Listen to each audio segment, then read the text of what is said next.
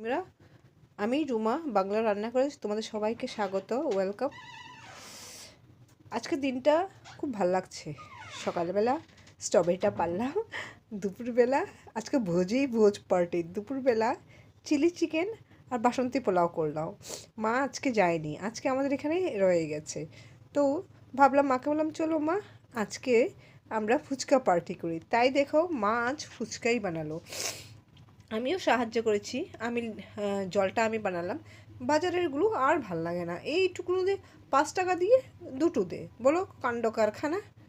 তো মা বলছে ঠিক আছে, বাবা চলে গেছে। বাবাকে কতবার বললাম যে বাবা বসো ফুচকা খেয়ে যেও সন্ধ্যার দিকে। বাবা বললো না। আমি বললাম ঠিক আছে। তো ছেলেও আবদার করলো মা ফুচকা খাবো ফুচকা খাবো। তো মা বললো ঠিক আছে, দেখ আমি ফুচকা বানিয়ে নিচ্ছি, সবাই মিলে খাইস। তো আমরা ফুচকা সব মিলে ফুচকা পার্টি করছি। একটা খেয়ে দেখি কিরকম। দাঁড়াও,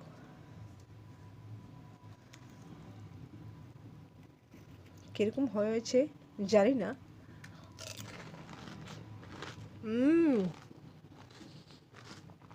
টপ ক্লাস, সত্যি বলছি, দারুণ হয়েছে। মাও খাচ্ছে বসে বসে, মা খাচ্ছে আর টিভি দেখছে। আমি আর ছেলে ঘরে বসে, ছেলের পরীক্ষা, যেহেতু বোর্ড পরীক্ষা দেবে ছেলেকে, তাই বললাম আমি নিয়ে আসছি তুই পড়, আমরা দুজনে মিলেমিশে বসে খাবো। চলো এখন খাওয়ার টাইম। ছেলে বলছে মা ভিডিও বন্ধ করো, খাবো এবার। আমি বলছিলাম ঠিক আছে চল খাই। চলো তোমরা সবাই ভালো থেকো আর আমার ভিডিওগুলোকে লাইক করবে, ঠিক আছে? ভুলবে না কিন্তু, ঠিক আছে?